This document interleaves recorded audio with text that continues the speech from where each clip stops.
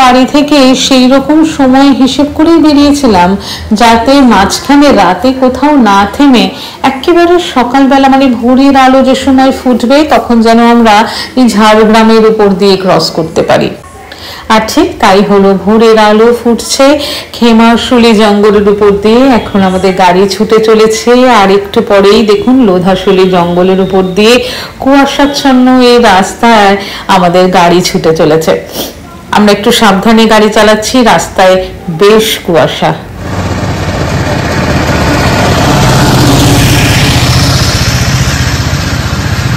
আমরা তো রাতে মানে মাঝরাতে বেরিয়েছি, রাতের নিশুতি, রাতের ড্রাইভ, সকালের আলো ফোটা সবটা দেখালাম, কিন্তু আমরা কোথায় যাচ্ছি সেটা তো বলি। আমরা এসেছি ঘাটশিলা। মিস্টারের 3 দিনের ছুটিতে মিস্টার একটা প্ল্যান কাস্টমাইজ করে ফেললেন। আজকে আমরা থাকবো ঘাটশিলা। ঘাটশিলার কিছু বিশেষ দ্রষ্টব্য জায়গাগুলো যাব এবং অবশ্যই সেখান থেকে আপনাদের সঙ্গে তা ভাগ করে নেব। কাল আমরা চলে যাব আবার পুরুলিয়ায়। আসলে জাস্ট আমাদের কয়েকদিন আগেই ব্লগ আপনারা দেখেছেন পুরুলিয়া ভ্রমণের, তো সেখানে হয়েছিল কি বেশ কয়েকটি জায়গা আমাদের বাকি থেকে গেছিল। গরমে আমরা বেশ কয়েকটি স্পটে ভিজিট করতে পারি, তো সেইগুলো ভিজিট করার জন্য আবার একদিন আমরা পুরুলিয়াতে যাব। পুরুলিয়া থেকে আবার আমরা চলে যাব মাইথন, আর মাইথন থেকে আবার আমরা বাড়ি যাব। মাইথনও একটা রাত থাকবো। তো আজকে আমরা কোথায় কোথায় যাব আজকের ভিডিওতে আপনারা দেখতে পারবেন। ধারাগিরি ফলস, আর আজকে আমরা যাব বুরুডি লেক। এই দুটো আজকের ভিডিওতে আপনারা দেখতে পাবেন। একটা ছোট্ট চায়ের বিরতি নিয়ে আমরা আবারও রওনা হলাম। প্রথমেই আমরা যাব বুরুডি লেকে। যাওয়ার পথের এই রাস্তাটা দেখুন কি ভারী সুন্দর না, যত দূর চোখ যায় দেখুন ঘন কুয়াশায় মোড়া। প্রকৃতি তার সমস্ত সৌন্দর্যকে যেন এখানে একেবারে উজাড় করে দিয়েছে। আর প্রকৃতির এই রূপকে চাক্ষুষ করব বলেই তো আমাদের বেরিয়ে পড়া। প্রতিটা বাঁকে বাঁকে প্রকৃতি তার এক একটা রূপ নিয়ে ধরা দিচ্ছে। কোনটাকে যে ফ্রেমবন্দি করব আর কোনটাকে যে করব না তাই নিয়ে বেশ দ্বন্দ্বে পড়লাম। Thank you. সফর চলাকালীন অনেক বন্ধু হয়, তাদের সঙ্গে কথা আলাপচারিতা। আমরা কলকাতা থেকে এসেছি, আমরা ঢাকুরিয়া। তাই? ও আচ্ছা আচ্ছা আচ্ছা, আমাদের যাই হোক, আমরা আসলে আমরা এখানে বুরুডি লেকে নামার পরেই দাদাদের সঙ্গে হঠাৎ আলাপ। বাঙালি তো আলাপ প্রিয়, আর বাঙালি মানে আড্ডা প্রিয়, তো তাই ওনারাও এসেছেন, ওনাদের মুখ থেকে গল্প শুনছি। আচ্ছা, তো ওনারাও প্রায় নাকি এখানে আসেন। আমার এখানে প্রথমবার, তোমারও কি প্রথমবার? আমার প্রথমবার। আচ্ছা, আমাদের মিয়া বিবি দুজনেরই প্রথমবার। তো ওনাদের জিজ্ঞাসা করছিলাম কোন সময় আরো ভালো ওয়েদার থাকে বা এই সময়। এখন তো দেখছি ওয়েদারটা বেশ ভালো। আর আমরা এখন একেবারে বুরুডি লেকের পাড়ে দাঁড়িয়ে রয়েছি। আর একটু যদি দেখাই, আর এই যে এটা আমাদের ব্যাকগ্রাউন্ডে দলমা রেঞ্জ, দলমা পাহাড়ে একেবারে ঘেরা বুরুডি লেক। ঘাটশিলার বুরুডি লেকের বিশেষত্ব হলো এটি একটি প্রাকৃতিক আকর্ষণ যা দলমা পাহাড়ের মনোরম পরিবেশে তৈরি হয়েছে। এটি স্থানীয় অধিবাসী এবং পর্যটকদের কাছে খুবই জনপ্রিয় এবং আকর্ষণীয় একটি স্থান।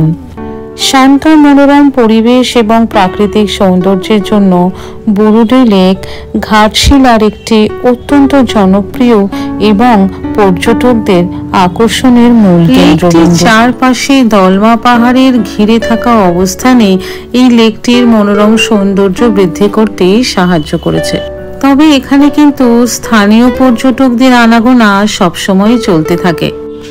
এই লেকটিতে বোটিং এরও সুযোগ আছে, যা পর্যটকদের জন্য আরো আকর্ষণীয় করে তোলে। বুরুডি লেকের পাড় দিয়ে হাঁটতে থাকলে একদিকে যেরকম আপনি দেখবেন দলমা পাহাড়ে ঘেরা সুন্দর মনোরম জলরাশি, আবার অন্যদিকে দেখবেন সুন্দর সবুজে মোড়া একটি গ্রাম। দেখুন সেই গ্রামের কিছুটা দৃশ্য আমি ফ্রেমবন্দি করে আপনাদের সাথে তা ভাগ করে নেওয়ার চেষ্টা করেছি।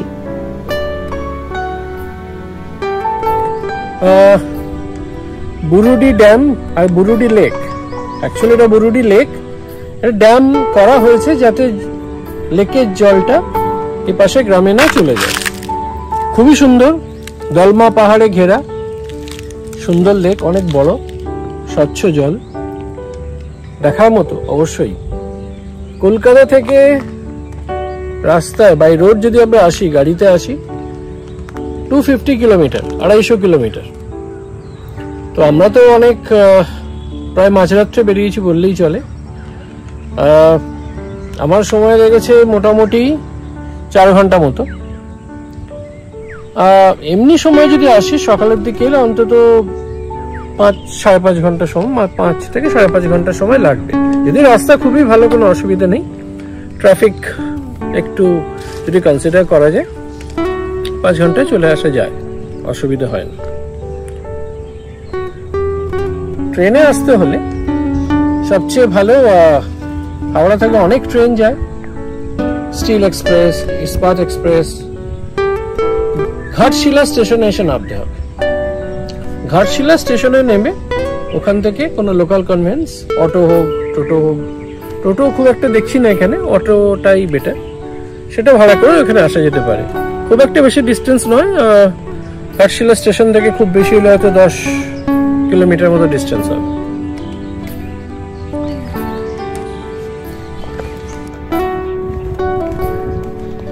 বুরুডি লেকটা তো আপনাদের সঙ্গে শেয়ার করলাম।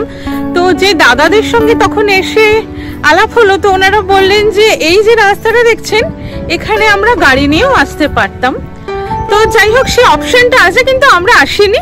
আপনারা চাইলেই আসতে পারেন, কোনো ব্যাপার না। খুব সুন্দর রাস্তা, কিন্তু পায়ে হেঁটে একটু ছবি তোলা, ভিডিও তোলা, একটু বেশিক্ষণ সময় এখানে কাটানো, সেটা আমার মনে হলো যে কোনো কারণেই গাড়ি নিয়ে আসার থেকে অনেক বেশি উপভোগ্য পায়ে হেঁটে। খুব সুন্দর। তবে চলুন, আমি সামনে যে জায়গাটা আছে ওখানে আপনারা চাইলেই গাড়ি রাখতে পারবেন, এবং ওখানে খাবার দাবারের ছোট ছোট হোটেল রয়েছে, সেগুলো দেখিয়ে দিচ্ছি। কারণ অনেকেই আছেন, দেখুন আমরা হয়তো এখান থেকে রিসোর্টে ফিরবো, অনেকেই আছেন যারা হয়তো ঘাটশিলাতে থাকবেন না, 2-3টে স্পট ভিজিট করে অন্য কোথাও চলে যাবেন। তো লাঞ্চের জন্য এখানে সুব্যবস্থা আছে, ছোট ছোট হোটেল আছে, সেগুলোর কিরকম কি খরচ পড়ে সব আপনাদের সঙ্গে ভাগ করে নেব, এবং তারপর চলে যাব ধারাগিরি ফলসে। তো এখানে মোটামুটি দাদাদের সঙ্গে কথা বলে জানতে পারলাম যে ধারাগিরি জলপ্রপাতে ধারার বড়ই অভাব। তো যাই হোক, তবু যাই, দেখা যাক, যদি একটু আধটু জল পাওয়া যায় ভালো, না হলে এমনি দেখে চলে আসবো। বলছিলাম এখানে অনেক ছোট্ট ছোট্ট টং মানে হোটেল আছে, আপনি যেরকম চাইবেন মোটামুটি সেরকম রান্না বান্না ওরা করে দেবে। একটি ছোট্ট, অনেকগুলো এরকম ছোট ছোট টেন্টের মতন করা আছে। আর এখানে ব্রেকফাস্ট চাইলে আপনি ব্রেকফাস্ট পাবেন, এখানে সামনেই তৈরি হচ্ছে, আমি দেখাচ্ছি। ডিম, পাউরুটি, আর সঙ্গে মোরগের ডাক, মানে বুঝতেই পারছেন দুপুরবেলায় দেশি মুরগির ঝোল, মাছ ভাত, ডিম ভাত, যা চাইবেন সব কিছু এখানে। পরপর সব খাবারের দোকান আছে, এবং আমি মেনু কার্ড, তার কি দাম না দাম সব দেখিয়ে দিচ্ছি। কাঠের জালে এখানে রান্না হচ্ছে, আর কাঠের জালে রান্নার স্বাদ তো একেবারেই আলাদা। দেশি চিকেনের থালি 250, মাছের মানে মাছ ভাত সঙ্গে ডাল সবজি 120, এগ থালি 100, ভেজ থালি 70, নর্মাল চিকেন থালি 170, আর আলাদা আপনার দেশি চিকেন দেওয়া আছে 180 টাকা এক প্লেট, তাতে 4 পিস থাকবে। আর এদিকে দেওয়া আছে চিকেন 100 টাকা 4 পিস এক প্লেটে। অমলেট চাইলে 20 টাকা, মাছ ভাজা 50 টাকা, আর ডিমের কারি যদি আলাদা নেন 30 টাকা। যারা এখানে এসে দুপুরবেলায় খাওয়া দাওয়া করে আবার ভ্রমণে ফিরে যেতে চান তারা এইরকম হোটেলগুলিতে আসতেই পারেন। বুরুডি লেক থেকে বেরিয়ে আমাদের পরবর্তী গন্তব্যস্থল ধারাগিরি জলপ্রপাত। আর এবার আমাদের গাড়ি পাহাড়ে খাড়াই রাস্তা দিয়ে চলা শুরু করলো। পথের বাঁকে বাঁকে সৌন্দর্য। যতবারই ভাবছি যে এবার বোধহয় আর বিশেষ কিছু ফ্রেমবন্দি করার নেই, ততবারই বিশ্বাস করুন আমরা ভুল প্রমাণিত হচ্ছি। তবে কি জানেন, প্রকৃতির এই রূপটা চাক্ষুষ করব বলেই তো অপেক্ষা করে বসে থাকি। বুরুডি থেকে ধারাগিরি জলপ্রপাতের দূরত্ব মোটামুটি 8 কিলোমিটার। তাই আপনি মোটামুটি একটু সাবধানতা অবলম্বন করে গাড়ি চালালে আধ ঘন্টার মধ্যেই পৌঁছে যাবেন। একটা চ্যালেঞ্জিং ড্রাইভের পরে আমরা চলে এলাম ধারাগিরি জলপ্রপাতের কাছে। গাড়িটি অনেকটা দূরে পার্ক করে এই জঙ্গলের মধ্যে দিয়ে এখন আমাদের হাঁটতে হবে বেশ কিছুক্ষণ। পুরো ঘন জঙ্গল, জল দেখতে পাবো কি না জানি না, তবে জঙ্গলটা এক্সপ্লোর করতে কিন্তু দারুণ লাগছে। ভয় করছে? হ্যাঁ, নিচের দিকে তাকিয়ে চলছি। মিস্টার ওদিক থেকে বলছে নিচের দিকে তাকিয়ে চলো, না হলে হোঁচট খাবে। স্বাভাবিক, এত খাড়াই আর উঁচু নিচু রাস্তা যে একটুখানি কনসেন্ট্রেশন এদিক ওদিক করলেই ব্যাস ধরাস।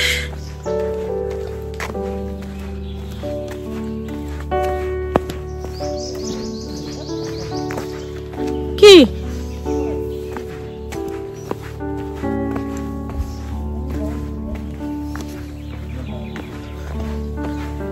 এসে গেছি?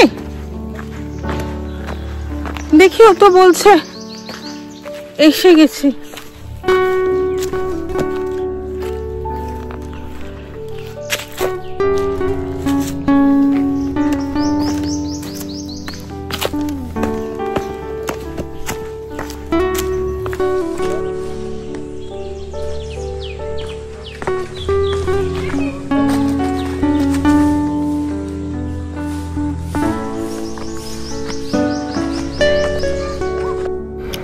ধারাগিরি জলপ্রপাতের একেবারে সামনে চলে এসেছি, কিন্তু এখানকার লোকাল লোকজনেরা তারা বলছেন জল শুকিয়ে গেছে, ধারাগিরিতে একেবারেই ধারা নেই।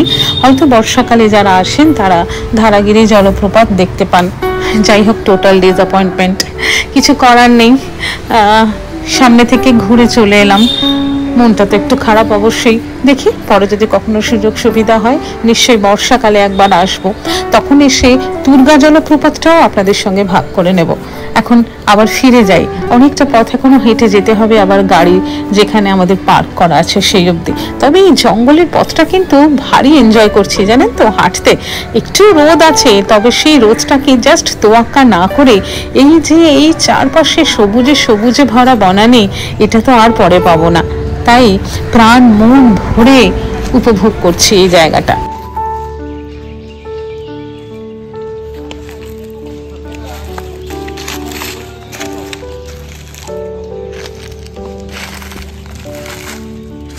এই জঙ্গল সাফারি হলো একটা ছোটখাটো।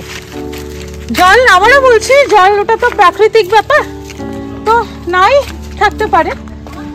অনেকে বলছেন এখানকার স্থানীয় অধিবাসীরা যে এখানে জল হয়তো বর্ষাকালে পাওয়া গেলেও যেতে পারে, কিন্তু এই এত সুন্দর জঙ্গলটা এখানে না এলে এক্সপ্লোর করা সম্ভব হতো না। তাই জন্য আসবেন, আমি সবাইকে বলছি, অনুরোধ করছি। আর গাড়িতে এলে তো তার মজা একদম আলাদা। এই অফরোডিং এর এক্সপেরিয়েন্সটা তো ওটা আমি যতটুকু পেরেছি ক্যামেরাতে বন্দি করার চেষ্টা করেছি, কিন্তু ওটা সামনে না এলে আপনারা বুঝতে পারবেন না। ওই অফরোডিংটা মানে রীতিমতন ক্যামেরা আমরা সবাই রীতিমতন নাচছি।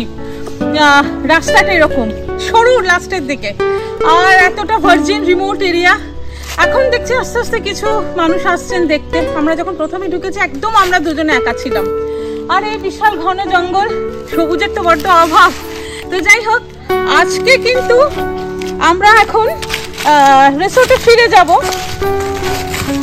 আগামী পর্বের জন্য আপনাদেরকে অনুরোধ করলাম, আগামী পর্ব আপনারা দেখবেন।